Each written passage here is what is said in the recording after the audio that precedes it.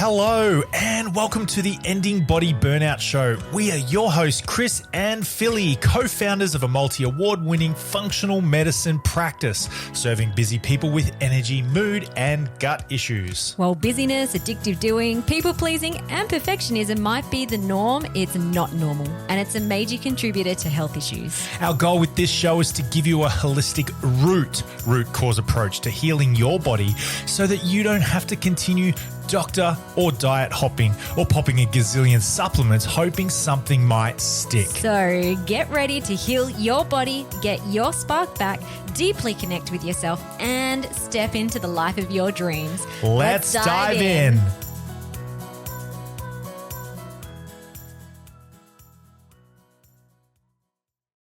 Hello, welcome to the podcast. Today we have a great episode for you all about intuition. So we interviewed the beautiful Laetitia Andrac, and really it's a fascinating conversation about intuition, her definition around what it is, how to connect to your intuition, because we're all intuitive, and why not connecting to your intuition will lead to burnout and poor health, as well as keep you stuck in things like your business, your career, and your life. So Laetitia is actually a guest presenter inside our Ending Body Burnout Method this week, which I'm so excited about. So what you hear inside this episode today, it's going to be 10 times better in the workshop, as she's coming in to actually coach our clients on how to connect to and follow their intuition for deep healing and to live an aligned life. So it's going to be amazing. So for any clients listening, definitely come along live if you can, because I think that is the best way that you'll be able to access Laetitia's wisdom and her coaching expertise around intuition.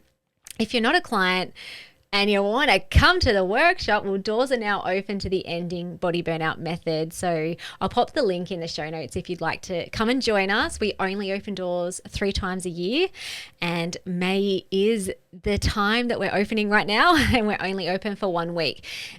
We have limited spaces available, and also prices will be increasing next intake. So if you want to save up to $1,700, I would definitely be joining us this intake. It's going to be awesome. Our program isn't just group coaching. We also have one-on-one consults, one-on-one root cause coaching. There's trauma therapy. There's our online portal that takes you through the steps to end your body burnout. But a really special part of our program is we do come together as a community weekly to run workshops to go deeper on healing practices, coaching frameworks that we use to end our body burnout.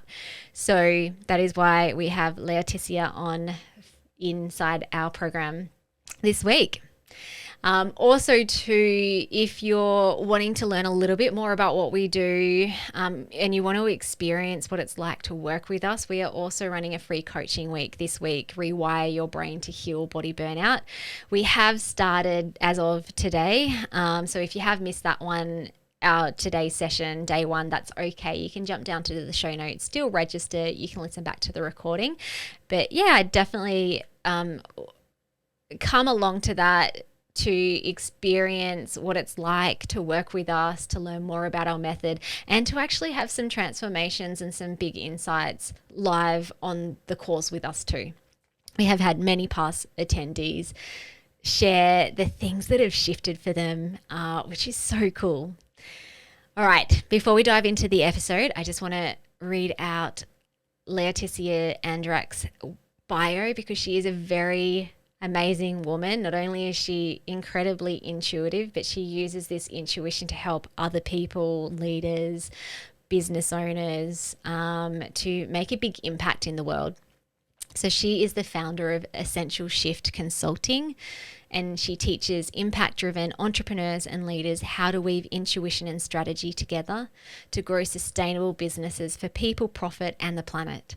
With over 15 years of strategy consulting, startup mentoring, and corporate leadership experience, Laetitia has led many successful growth and innovative programs in many high-profile global organizations, including Telstra, Doblin, Bloomberg, and the French government. She is a podcaster, speaker, and #1 best-selling author of the award-winning book Light It: How to Trust Your Intuition and Build a Thriving Business. She is also the co-founder and CEO of Understanding Zoe, a health tech business aimed at simplifying and enhancing the coordination of services for neurodivergent children and their families. And we do talk a little bit about that too, because Laetitia herself is autistic, and so we talk about autistic brains, ADHD brains, and in conjunction with intuition and also body burnout.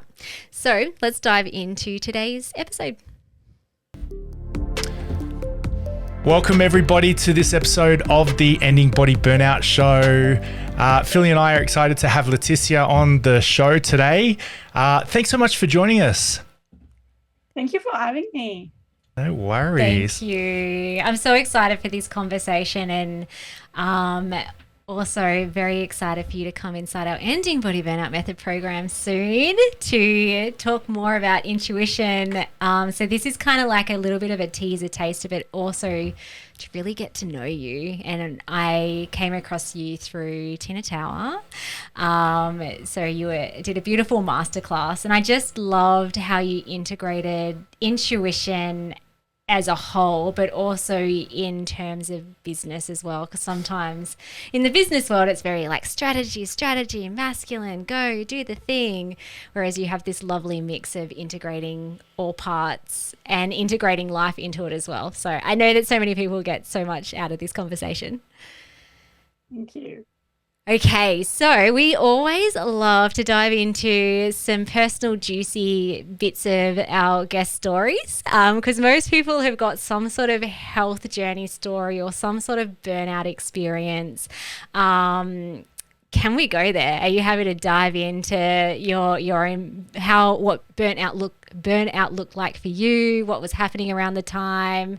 Root causes, how you healed, all that sort of stuff. Of course. Do you want me to go straight in? Yeah, let's go. This is in France. Okay, let's go. So I'm going to take you to Paris in June 2014. And that was, as we record this, 11 years ago. And I was a strategy consultant on what we can call the top of my game. I was in Berlin facilitating 3 days of a big innovation workshop for Mike Bloomberg and Bloomberg Philanthropies. So for those of you who don't know, Mike Bloomberg is quite relevant as a leader in the US.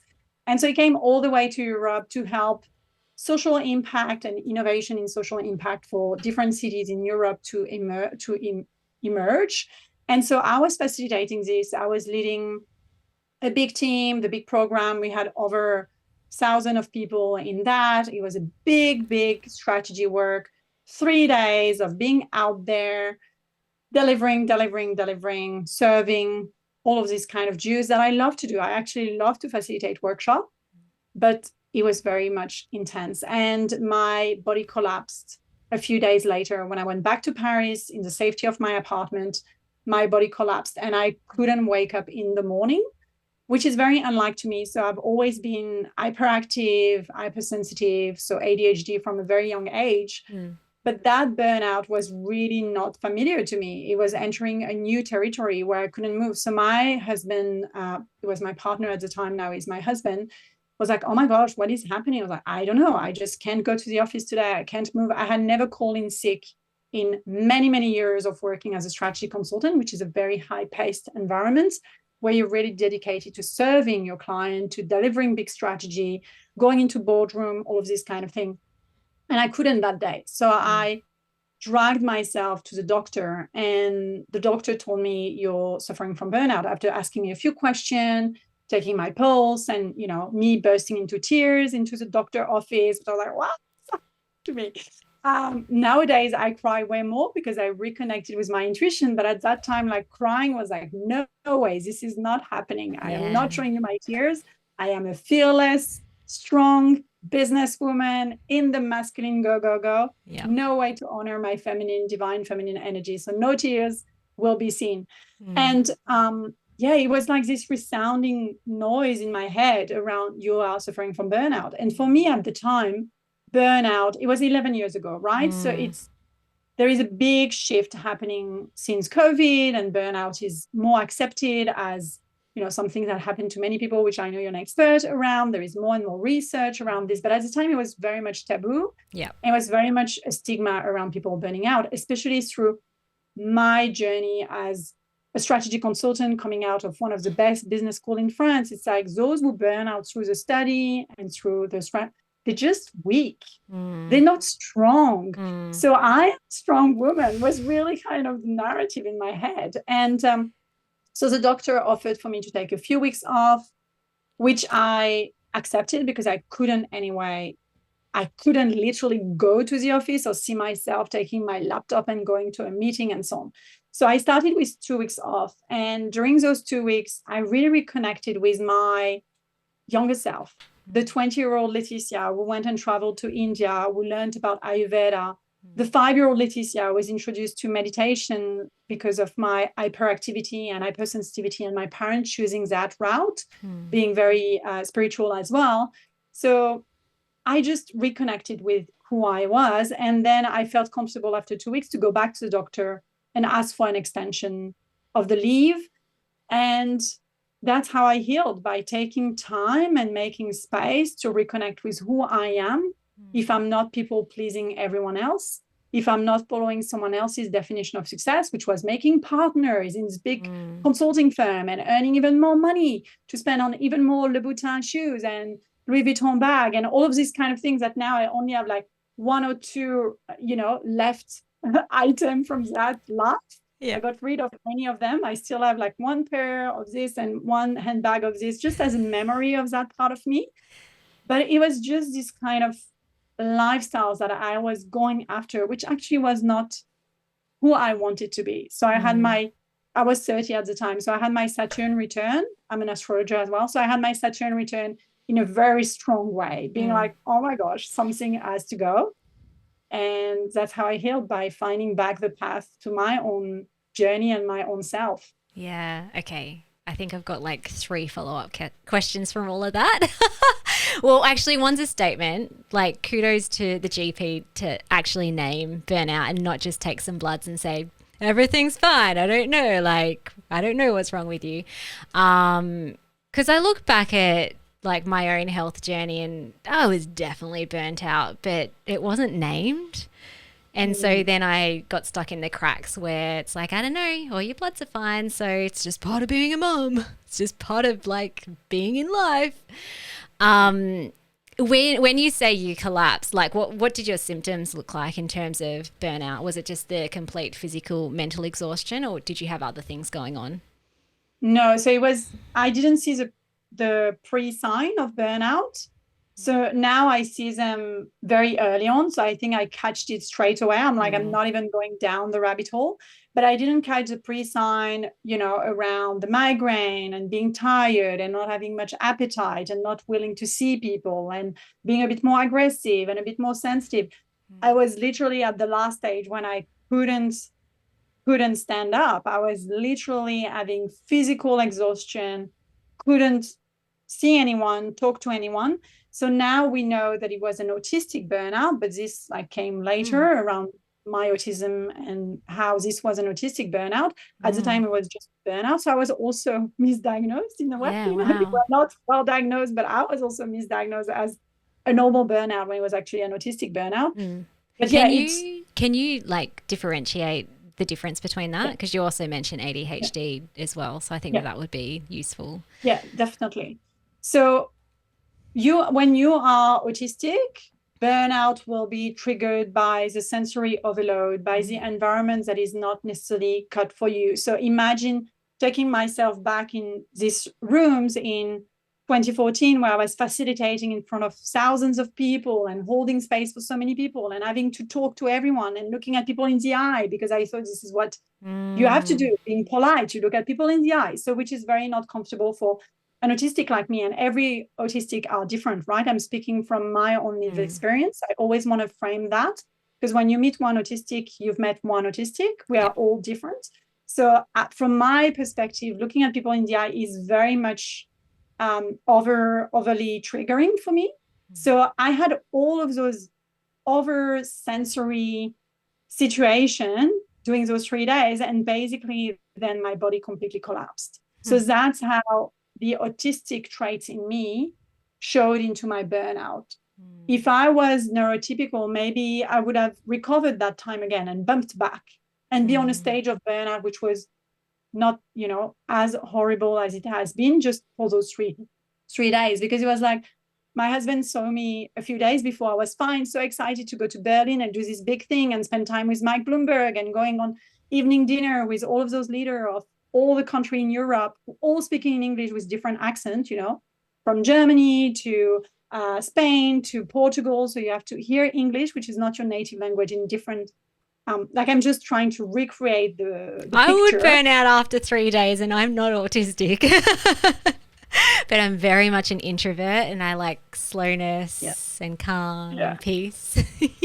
That's full on. That's the thing. It's like the sensory overload, the lighting, you have like those big lights in those big rooms, and it's just like so much. The sense, like the scent of everyone perfume and the solicitation all the time, and so many people around you, and this brouhaha nonstop. So that's what could trigger an autistic burnout. And that could trigger, as you said, a neurotypical burnout as well. What I always say is, when you are autistic, you just feel sometimes things in a heightened way, but it doesn't mean that those accommodations are not suitable for neurotypical. Any accommodations that I vouch for in my work as an advocate for autistic and neuroinclusion is always much more comfortable as well for neurotypical. When I ask for dimmer and the light to be dim in an office space, everyone's like, oh my gosh, why isn't it like this all the time? Like, I know. Yeah. So everyone benefits from it, which is where we see inequity, and how by bringing equity into the space, everyone benefits from it. That's so true, because really the things that you were talking about, and Chris has a neurodivergent brain, so ADHD, but it's kind of like that sensory overload will be triggering to anyone's nervous system. It just might be more so dependent on the person. So it's gonna be good for everybody.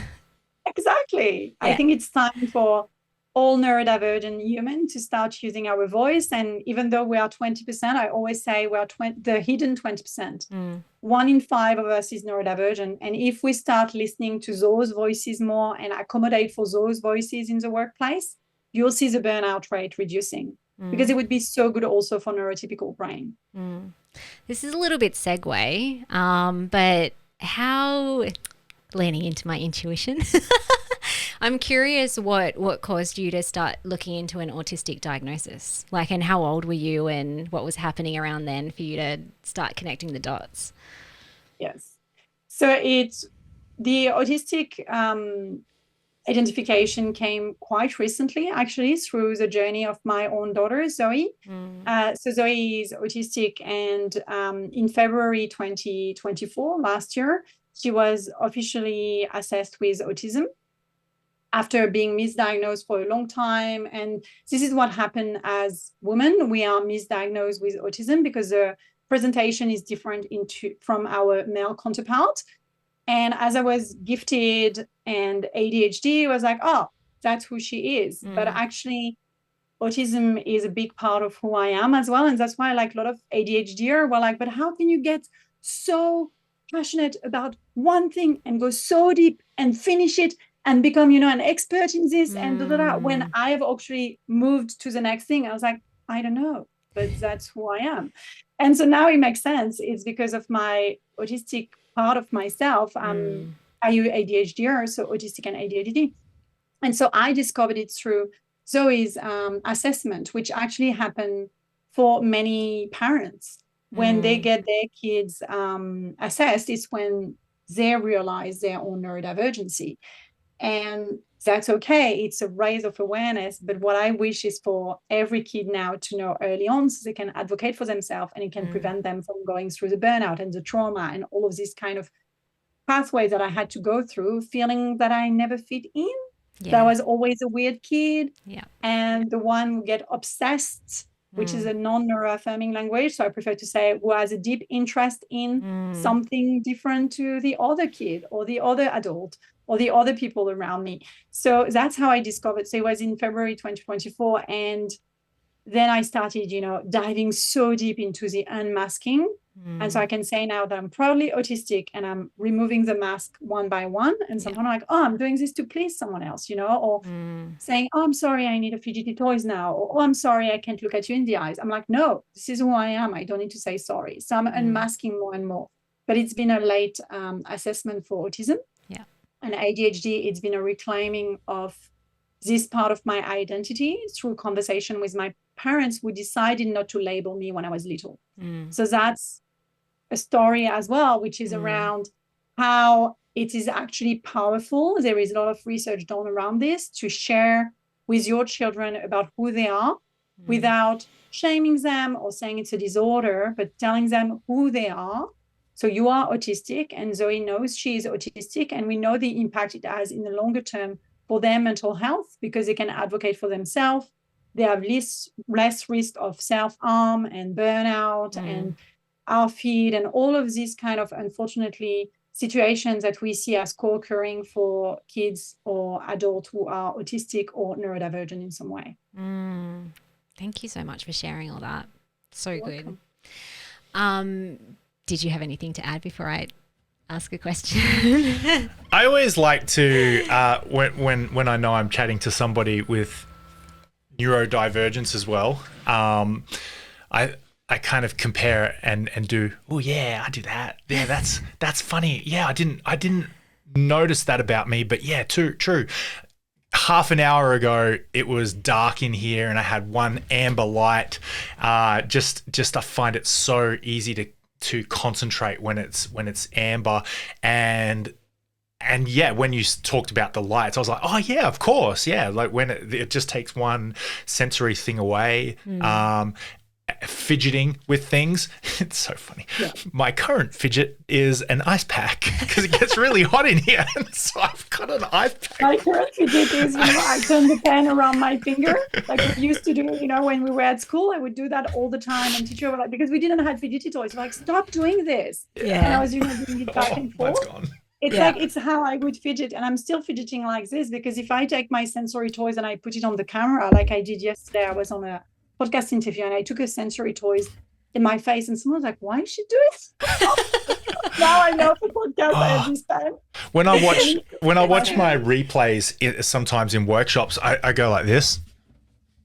And I'm really listening and then I'm like, holy moly, I've moved 1,000 times in like 10 seconds. Oh, dear. So funny. To say stay still. How can we? Yeah. What even is that? Philly, whereas Philly is like, and I'm like. Well, that's actually, I don't know, you've probably noticed, but Chris will change the video and kind of like depending on who's talking. I love it. I spice it up. I always thought that was just like a tech thing. You're just trying to like be fancy, but I think it might be a regulating thing too. Maybe. I enjoy it.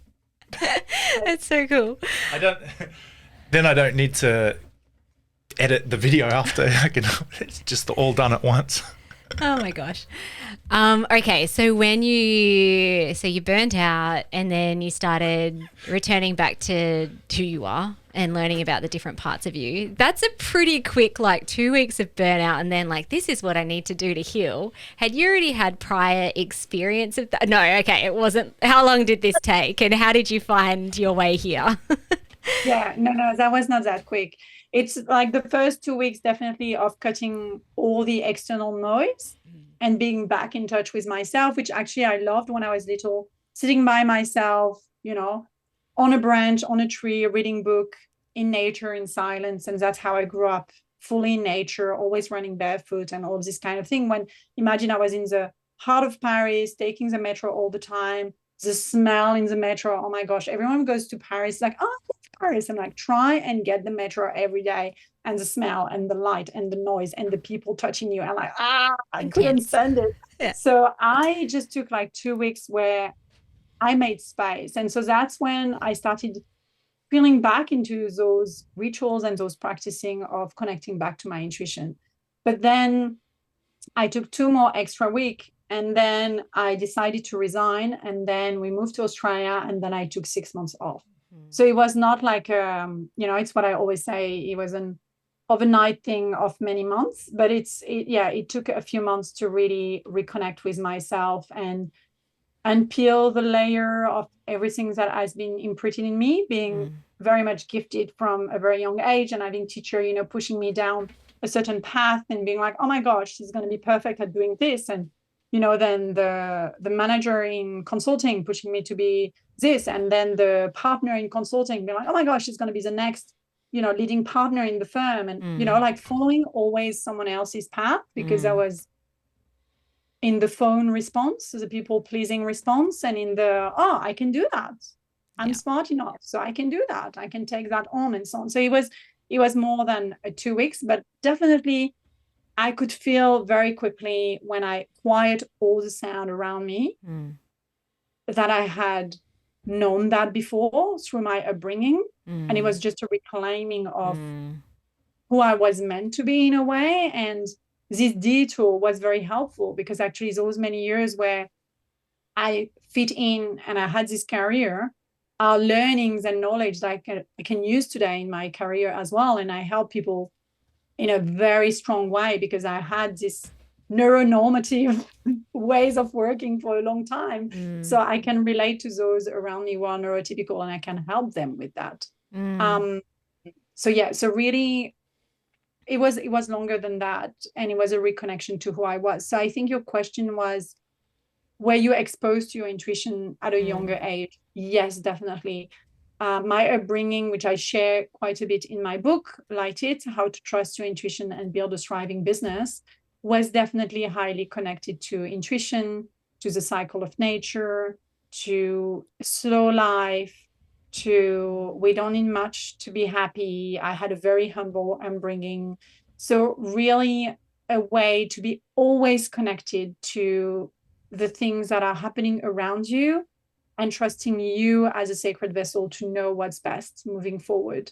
So it was very much nurture. When I was 5, I was introduced to meditation to help me with my high anxiety, which we know now is linked to my autism, and my high hyperactivity and hypersensitivity. So I would go and meditate with my dad through like a mentor that he had, and I would sit in this cushion and meditate and learn about tapping.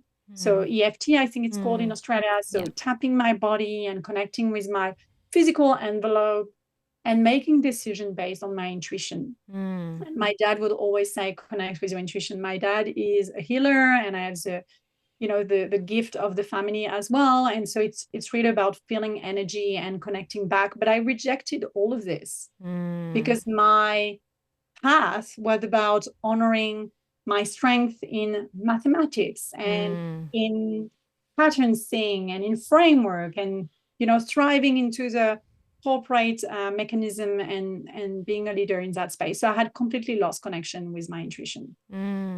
That's so cool. Like everyone, generally speaking, I think everyone or a lot of people have heard the word intuition, but not a lot of people really understand what it is. Like, what's your definition of intuition? Yes.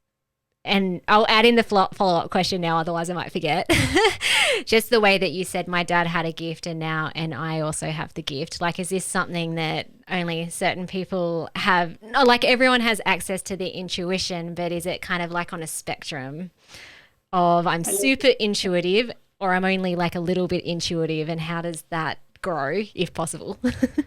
Yes, I love this question. And so let's start with the definition, and then let's go into the gift, and let's go into how everyone can strengthen it.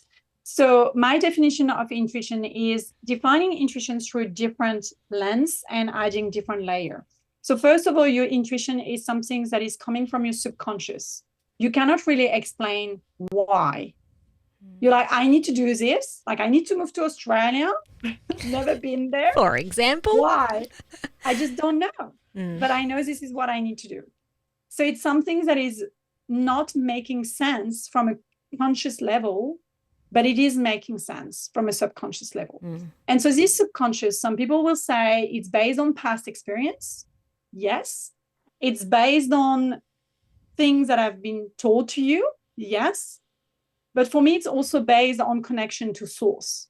Whatever you believe in, whether you believe in energy, whether you believe in God, whether you believe in goddesses, whether you believe in, you're animist and you believe in everything as an energy, it's a mix of those three, which is coming through you in those moments of knowing. So for me, intuition is this knowing where someone else is going to challenge you and you're like, nope, I know this is what I'm meant to be doing. And they ask you why, the 5 whys that we used to ask in consulting, but why and why and why? Like, I don't know, but I know this is what I'm meant to be doing. This is what I'm meant to be doing. And every time I trusted that inner knowing, that moment of, for me, it's this sensation of, for some people, it's a heart extension. For some people, it's a tingle on their crown. For some people, it's like this, sensation on the tips of their fingers. Everyone is having a different sensation at that moment, which I help my client connect with. What is that sensation? But it's this moment where you're like, I know. But why? I know.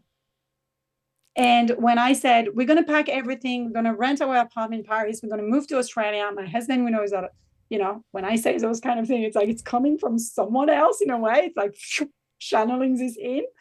It's like, okay. Or when we bought this apartment, it's like, okay, we're going to move this house. Sorry. I was like, okay, we're going to move there. We're going to buy a house there. We're going to live there. I was like, okay. It's just those moments where I know. I just know. And it's not that I am strong-headed. It's just I know. And in other moments where it's not coming from my intuition, then I'm open to have those generative dialogue and conversation, and I can answer the why question. Because it's more coming from the brain and from something that is rational and conscious, so I can discuss it. When it's intuitive, I'd say to everyone to know if it's your intuition or if it's your ego. Is if it's your intuition, you can't explain why. If it's your ego, you can start entering into the answering of the why question. Okay. So that's around the definition. You want to add something before I share about the... Yeah, before we go into the growth, I had a few questions. Feel free to jump in, Chris, if you have something. Because sometimes I notice, well, this is a conversation that comes up in our, with our clients as well, which is I'm like, you're coming into a program, is that it's like, sometimes I think I've tapped into my intuition, but then the monkey brain, the thinking brain, will switch on. So is that sort of like what you mean by ego? It's your intuition, and then the ego is the one that will come in and be like, no, but you can't do this, or this is the logistics of why this won't work, and da-da-da-da. So it's almost like it stamps out the deeper knowing that is going to be good for you. Yeah, in the language, you can know when it's the intuition, because it's I know, I want. Whereas as soon as you say, I think, you're connecting with your thinking brain, or I feel, you're connecting with your emotions. Whereas when it's I know I need to do that. I know I want to do that. I know this is what I want to do. It's just the way you say it. And then you know it's your intuition. But unfortunately, as we've been raised around not trusting your intuition and stop with your intuition, and intuition is bullshit, and intuition, trust the data. But what I always say is you can tell whichever story you want about data. Yeah. I've been a general manager in data and AI since 2014. So I'm telling you, I know a lot about data. I think you've done everything. No, I haven't yet, but I will. I haven't yet, but I will. I get you, sister. I understand. I see it. I know it. I get it. I know. My sister from another mister. I get it. Thank you. It's so affirming, It's like, yeah. So when I burnt out and then I joined Telstra, I was a general manager in strategy, and then I was bored and I went into AI and big data. And so when I worked in big data and AI, I'm telling you, the data don't say anything. You make sense of the data. Data can tell whichever story you want. And when I was in strategy consulting, we would do that as well. It's like, is it great to have a profit 20%? It depends on the story you want to tell. Is it great or is it bad? Is 20% a good profit margin or it's a bad profit margin? It depends on the industry. It depends on if you want to be acquired, if you want to sell the business, if like, what is the story you want to tell? So it all starts with what you want to say. The data will just validate what you want to say. And so that's where I'm like, we've been heavily relying on data, and we have trillions and trillions of data thrown at us every day. How do we make sense of all of this? Through our intuition. What's good? What's bad? What do you want to follow through? Your intuition will tell you. So it's critical more than ever to strengthen your intuition. To your question, is everyone intuitive? Yes, 100% of us can be intuitive. There's been a neuroscientist in the University of Sydney who studied for 12 years, and I met him only after publishing my book, and he published a book a few months after me, and we met, and we had a conversation about his findings through the brain and doing research in the brain, and my findings through trusting my own intuition. And we have similar finding, which is the fact that 100% of us are capable of using our intuition. But it's like going to the gym and lifting 1 kilo, 2 kilo, 10 kilo, 50 kilo, 100 kilo, 300 kilo, whatever you're capable of lifting. So not everyone has the same capacity for lifting. Like being autistic, I don't have the same capacity for holding space for people and supporting the light and the sound and all of that. I don't have the same capacity for lifting 300 kilo. I would never be able to do that, even though I trained for years. So we are all capable of using our intuition. We are all capable of strengthening it. Then you have people who are more sensitive than others. And there is this thing which hasn't completely been proven by science yet. So that's why I don't want to say it. And then, it's like, oh my gosh, Laetitia said that, but actually it's been proven wrong. So an hypothesis that I have, which hasn't been researched yet, and I spoke with this researcher for him to start searching it, because we can see neurodivergent brain now through scan. So how is the connection to intuition if you are neurodivergent? The things that they've proven is people who have aphantasia, which is you can't see picture in your brain, tend to struggle a bit more with intuition. So that's just something to know that has been proven. But around neurodivergency, I think my hypothesis is when you're neurodivergent, you're way more connected to hypersensitivity. So you're way more connected to things that other people may not feel, which is why I mentioned the gift. My dad is autistic, and he has the ability without touching you to know where you are in pain in your body. And I have this ability to, even though I don't use it as a business, not something I do, but I have this kind of mediumship ability, which is not something crazy. It's just as if I connect with you telepathically and your body is telling me where you're hurting. Yeah, wow. So that's how it feels. Yeah. So it's intuition, but also connected to telepathy in a way. You mentioned visualization before. You used a different word. Because some people, like I'm thinking about clients that we've worked with as well, and when we're doing kind of like more the healing work and tapping into the imagination, a lot of people freak out if they can't see things, but some people can't feel either, and it's more purely auditory. So can intuition drop in sometimes as a thought, or is that the ego? Ooh, that's a very good point. No, it can drop in. So not necessarily as a thought, but as you mentioned, auditory, as something being clearly said in your brain. And those hearing of voices is nothing dangerous. You're not bipolar. Yeah. You are just hearing your intuition talking to you. So that's very powerful to actually know that intuition is not always expressed in the same way. And that's where I'd like everyone to start connecting with their intuition every day, to see where it feels in their body, how they can hear it, how they can see it, how they can taste it, because we all have different senses that are expressing to us. We have the clairaudient, the clairvoyant, the clairnition, the clairsentient, so claircognition. So we all have different clairs that are activated, and our intuition will be expressed differently. So there is an overemphasis on seeing when you do a visualization or an imagination, but you can bring those people into those spaces where they can connect with their intuition. And of course, it's harder because they don't see like a clear picture, but they can hear a sound or feel a taste, or having someone, touching their shoulder, or like feeling this sense of touch on their body. And this is where the answer is. We need to have them starting to connect with those senses experiences so that they can know what is happening and make a decision based on that. Yeah, that's so cool. I definitely feel like I'm kinesthetic, and that's how, well, also data as well, driven.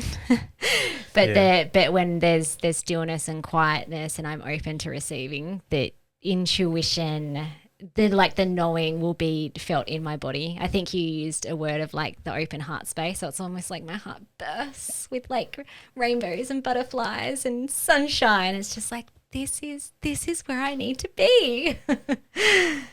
Yeah, and your intuition cannot be expressed. There are some elements where you can trust and you cannot trust your intuition. So I can go into that if you want in a moment. But there is also a special place where you can listen to your intuition.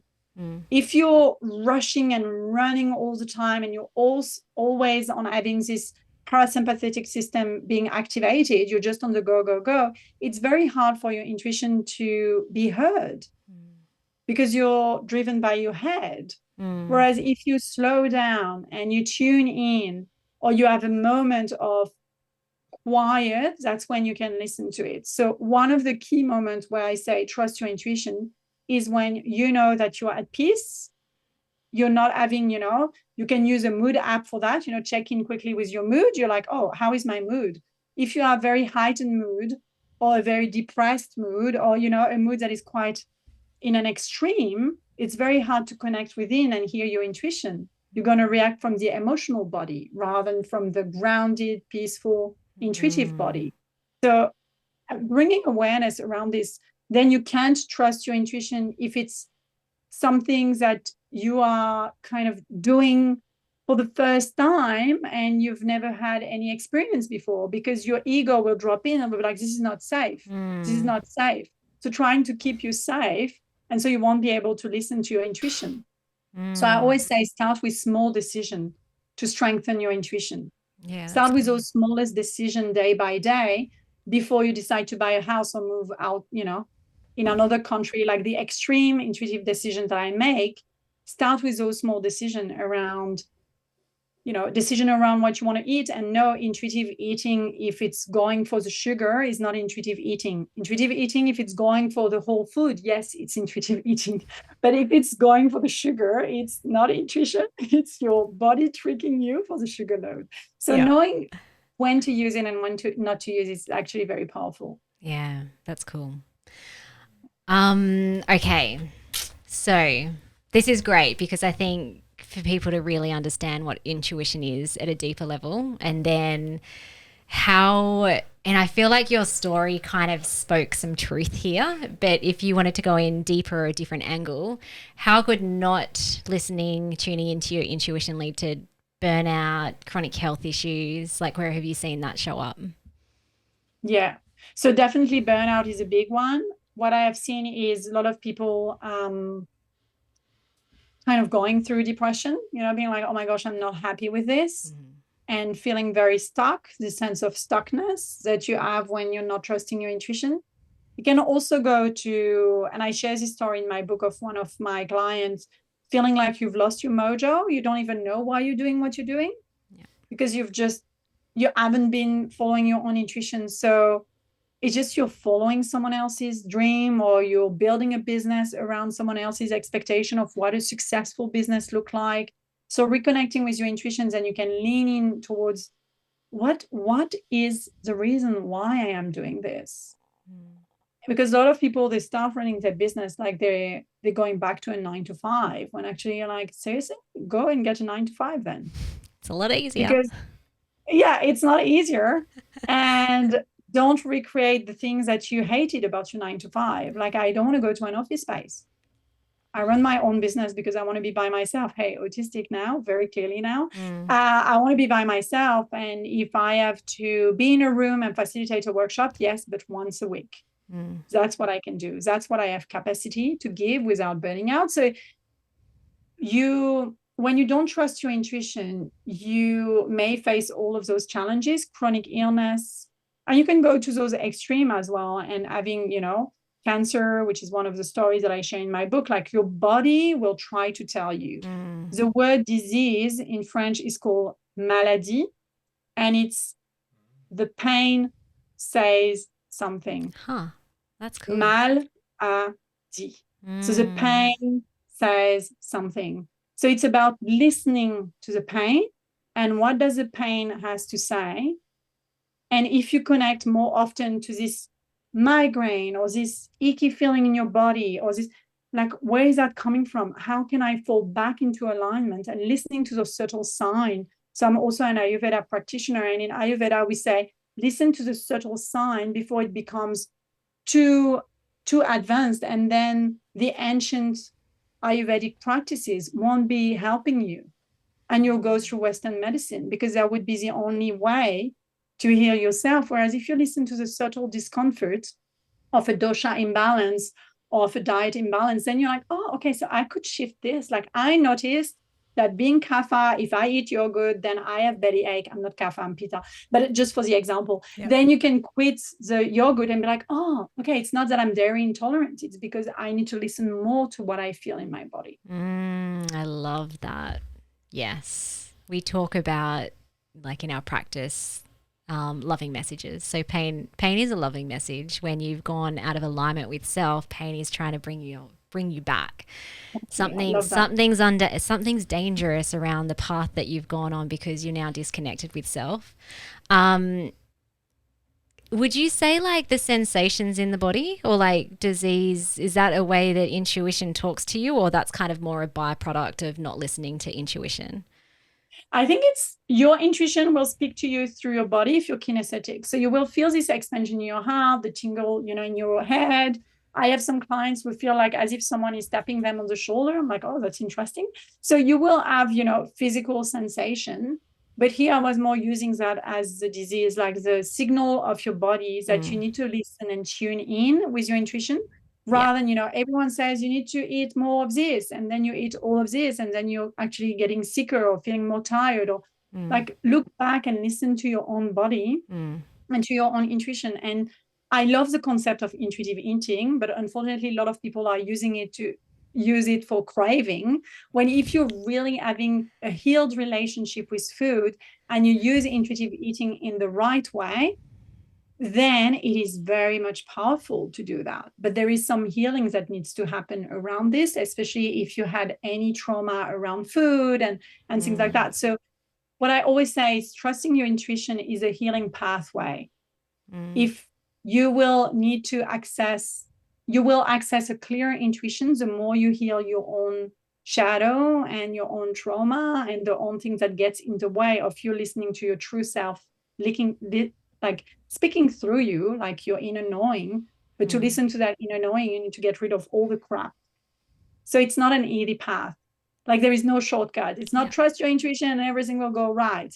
It's a journey like everything, right? And I had a client this morning who was like so sick of, the crap that I need to get rid of to run my business with the intuition and strategy. I'm like, I know, but that is an empowering path.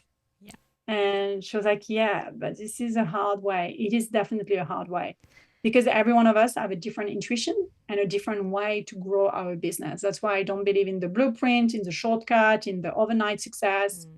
We all have our own path and our own journey, and it's about enjoying the journey, right? Even though sometimes we don't love the views, but that's what we need to do. Yeah. Well, I think it's connecting back to a lost language as well. So that's going to take time and it's going to be windy and trial and error. Yeah. So talking about, so you do a lot of work with leaders, business owners. How do you see that intuition playing a role in terms of growing a thriving business or company? Yeah. So you said you love data. So I'm going to share with you some data. So 20% of leaders who trust their intuition generate more profits than those who don't. So it's not a research done by me. It's done by PwC, which is a renowned consultancy firm, and they've studied that. And it's something that I use in my keynote to, because I deliver keynote in front of Amazon Web Services, big teams of white cisgender dude. Sorry to include you in that, but but it's like, Chris, sorry, but many of them don't trust their intuition and they're like, oh, intuition is bullshit. It's more like a female thing when actually it's not. We are all capable of that. So I use those data to bring them in, be like, hey, do you want to generate more profit? And then also when you have team who trust their intuition, you have better cohesion and better diverse thinking and moving forward. Why is that? Because as everyone is having a different intuition and intuitive nudge that is different, then you foster this divergent thinking and this creative thinking and this innovative space. So I really highly encourage every leader to do that, because then it's a competitive age. Your intuition is something that no one can access but you, and no one can copy it. So when you weave together intuition with strategy, you just have a business that is uniquely run like you. And no one else can copy a CEO or a leader with intuitive and strategic at the same time. And I love to use both, because the strategy is actually the container. Like, think of a glass of water. The strategy is a container, and then your intuition, which is the water, can flow through. If you don't have a container, then the water goes everywhere and nowhere, and you can't drink. So it's about having the container, the strategy, and the intuition in it. So I'm not saying don't look at the data, don't have a strategy, just go with the flow. Or I'm not saying just go with the flow. I'm saying you need both so that you can really grow a business. So what I have seen in the leaders, the entrepreneurs, the business owners that I've supported is, as soon as they start connecting back to their intuition, they're doing things in a way that is so bold, so innovative, so groundbreaking that no one can copy them.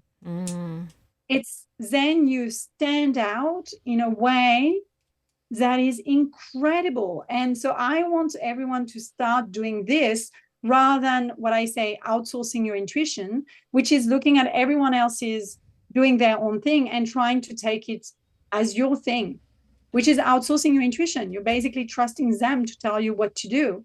It's about reconnecting within. And so I love to make myself redundant. I basically, that's my favorite thing to do in the world. It's like helping people to reclaim their own inner knowing, so then they don't need me anymore. And I'm like, it's like, see ya, now you've got your own coach, your own mentor, intuition. That really resonates with me. Data is the past. So if you try and drive a company, if you try and drive your car only through the rear vision mirror, you can do it. It's so possible. And that's what data is. It's the rear view mirror.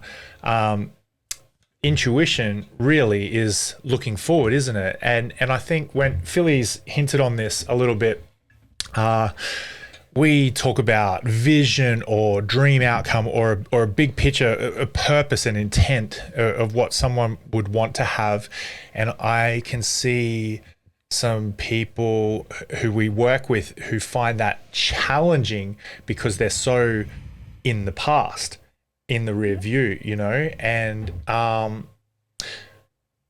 this isn't leading into our next question, but this is something that I'm thinking of. What are your thoughts around people who seem to be stuck in the past, who have insecurities or stories that drive the whole show, and they find it hard to connect with their intuition and get out of their brain, get out of their mind, Yeah. So I'd say, so the way I position intuition is actually at the middle of this triquetra of past, present, and future. So it's like it's in this middle, this magic moment where you acknowledge the past, you're connected to the present with deep presence. I share this triquetra in my book, and you connect with the future and what's emerging and what's willing to be born in the future. And then in that moment, you have an intuitive nudge. Those who stay focused on the past, they're not going to be able to have this intuitive nudge because they're just trying to repeat the same thing or repeat the pattern or, have this comforting thing of saying, I'm not a good business owner, or I'm not good with data, I'm not good with finance, or all of the story, I'm bad at selling, or whatever is their own story. So as you said, they get stuck in the repetition of the past. So it's very hard to move forward if you're stuck in the, in the back rear thing of your car. Sorry, I drive an electric car, so I don't even know how it's done now. I forgot. I've been driving an electric car for 5 years. The other day I drove like a normal car. Sorry, I'm going on an autistic tangent. I love it. Go back into the present. So I'm reframing my brain. So you get stuck in the past. So that's where, for me, there is a lot of work to be done again around acknowledging the past and knowing those patterns and having awareness towards it. And it's not about ditching it away. It's about acknowledging it, because this is part of yourself. So it's building a relationship with the past. What is this relationship that you have with your past self? And what has been serving you? What hasn't been serving you? And from that, you can then connect with the present, and you can then start connecting with the future. And then you can connect with your intuition. So as I said, it's not as simple as get rid of the past and let's move on. And it's not as simple as I see in the future, this is what I need to do. But it is so powerful. And having those moments of synchronicity, of those three being beautifully aligned, and then you have this knowing so strong, and at the same time you feel so light. So it's like this feeling of lightness and strongness at the same time is a moment where you're like, I know that's what I need to do. And that takes healing, that takes time. But when you set the intention of being more and more intuitive, the work is already in motion. You're being helped through the work. Like, it's not just your work, you will be supported through this work. So that's what I believe. Wonderful. Love it. I had an experience last week. We were driving to an award. So I was one of 4 finalists in this awards, and part of it was I gave a 5-minute speech. Not like a winning speech. It was one that I knew that I was giving, and it was more like a pitch on my project. And I remember I'm reading my speech to Chris, and I didn't feel it. I was just like, I even at the end of it, I'm like, blah, blah, blah, blah, blah. And Chris is like, what even is that? Like, where's the emotion? You're not feeling it. I can't remember what you said, but whatever you said. I was trying to really nicely say boring. By the way, I might have had ChatGPT help me create it. Because I was like, running out of time, quick, got to get this done. Wasn't give it some Philippa in there, like take the robot out, put the Philly in there. Well, it definitely wasn't like leaning into my intuition or my heart space. And I think whatever you said, it was kind of like connect. This speech should be talking to the person that you can help. And the moment that Chris said that, it's just like, boom, I thought of a client, and then I did a bit of rewriting, rethinking, got teary. Recited it again in the car, and I was like crying, like both that lightness, the openness, and I'm like, yeah, this is my mission. And this is how people remember it too, because when you tell those stories that are coming from this inner knowing and this authenticity that is core to yourself, they will connect with you way more. And that's where connecting with that is so powerful. And yes, ChatGPT is not intuitive, but ChatGPT, I always say, is like an intern in the team. So it's as good as you brief it. Yeah. So if you brief it very well, and for me, there is no shame in using AI. My other business is fully AI, Understanding Zoe. So I love AI. I've been loving it since 2014. I'm not jumping on a bandwagon and a trend. It's a thing that I've been around for a long time. And there is no shame in using ChatGPT. I'm not saying that AI, and I actually did a podcast a while ago, I was interviewed around, is AI stealing our intuition? No, it's actually enhancing our intuition, because it's saving time on the things that we waste time on. So we have more time to connect with our intuition. And when you read something that ChatGPT is telling you, or Claude AI, or whichever you use, Perplexity, Gemini, I don't care which model you use, DeepSeek, when you use a model and it's coming back with an answer, if it's right or wrong. Yeah. And you're like, no. Rewrite this. Yeah. Add it more of this. You're making decision. You're still in connection with your intuition. Those would take straight away what's coming out of the AI and use it as is. Please don't do that, by the way, because then if you do that, I can spot it a million miles away. But also, it lacks authenticity. It lacks this story, and it lacks this inner knowing and these intuitive things that you have within each and every one of you. And for now, again, backed by research, a lot of researchers, smart PhD people are studying about this. AI doesn't have yet consciousness and doesn't have yet intuition. It may one day, but not yet. Yeah. So it's our unique gift as human. I love it. Okay, last question, Ted. This has been an awesome conversation, by the way. We've gone in so many places.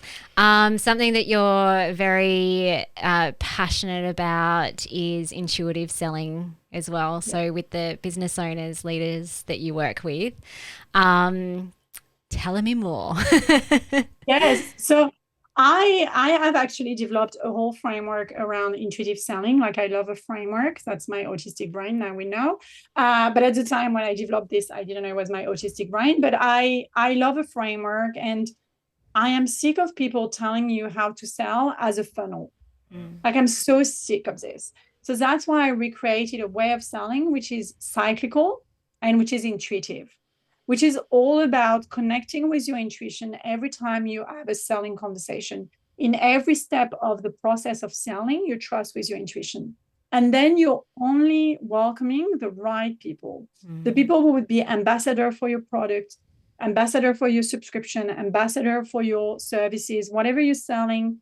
It's just those people will be the right people. So I always encourage through the intuitive selling, which is a light framework reviewed. So we use a light, same as in my book, but we use it for intuitive selling. And through the different stages of selling, which again, as I said, is cyclical, we're actually connecting with our intuition in every step, so that your way of selling is unique to you. And the people you connect with are the people that you really, truly want to impact and serve. They're not those people who are going to buy your product and throw it away in 2 minutes or forget about it. Or they buy your subscription and they never show up, or they never use the service or the platforms that you've been developing and spending sweat of developing this application and things. They are the people who then will use it over and over and over and tell all their friends and, be an advocate for your brand. So in the intuitive selling way, what I teach, which is truly different to any selling program out there, is it's not about build awareness, bring people in your funnel. And I don't know why I take this voice, but this is how it's coming to make sure that people don't think that this is my voice. But it's not about this. It's actually more nurturing. So the intuitive selling way is more like the farmer compared to the hunter. So the traditional way of selling is a hunter. You go and you kill. The intuitive selling way is more nurturing and cyclical. It's like the farmer who manned its land and its soil and the water and the air and the sun and plants the seed and allows the season to fall. And we know that there is nothing like overnight success. Unfortunately, that's what a lot of the let's buy now, build awareness, sell straight away are built on. What sell are stories, connection, nurturing, advocacy from other people, loyalty. So again, if you love data, in my intuitive selling course, which is evergreen, by the way, anyone you can go, and there is a free masterclass as well on my website. But what I teach is the fact that actually it costs you way less to sell to someone who already bought from you, again, the farmer, than selling, than trying to sell to someone new. You'll make way more profits, 95% profit, from reselling to someone that you've already sold to, rather than trying to sell to someone completely new to your service. So nurture, like the farmer who is collecting the seeds at the end of the season and replanting those seeds in the soil for the next year to have, again, those beautiful pumpkin or whatever you're growing in your garden. Like for me, it's cucumber, pumpkin, and tomato are the best in my garden. But it's what are you gardening? And then reuse those seeds over and over and over. Stop hunting. Start farming. In a very biodynamic way, I have to say. Yeah. Regenerative soil. Exactly. Thank you. I had to say that. I love that. It's so good. Okay. So you mentioned the free masterclass. So if there's anyone listening who is in sales or business, there's a great masterclass on your website. And you've also got your book, Light It, which is awesome. Chris is going to show a little picture, maybe. He's searching through your website at the moment. And the Light It formula too, I believe, is kind of like the framework that you'll be doing inside our Ending Body Burnout Method program to teach our clients to really lean into their intuition, which I'm so excited about. And the Oracle card deck. You've also got some Oracle card decks. Can you tell us a little bit more about that? Yeah, sure. So pretty. I had the feedback from a lot of my clients who are leader or entrepreneur about the fact that they would like a deck to go with the book, to have a reminder daily of what they could do in their business to help them and so on. So basically, those cards are born out of this need. And it's an Oracle deck for those who've never used any Oracle deck, or for those who love Oracle deck as much as I do. Like I have about 50 Oracle deck. It's one of my deep interests.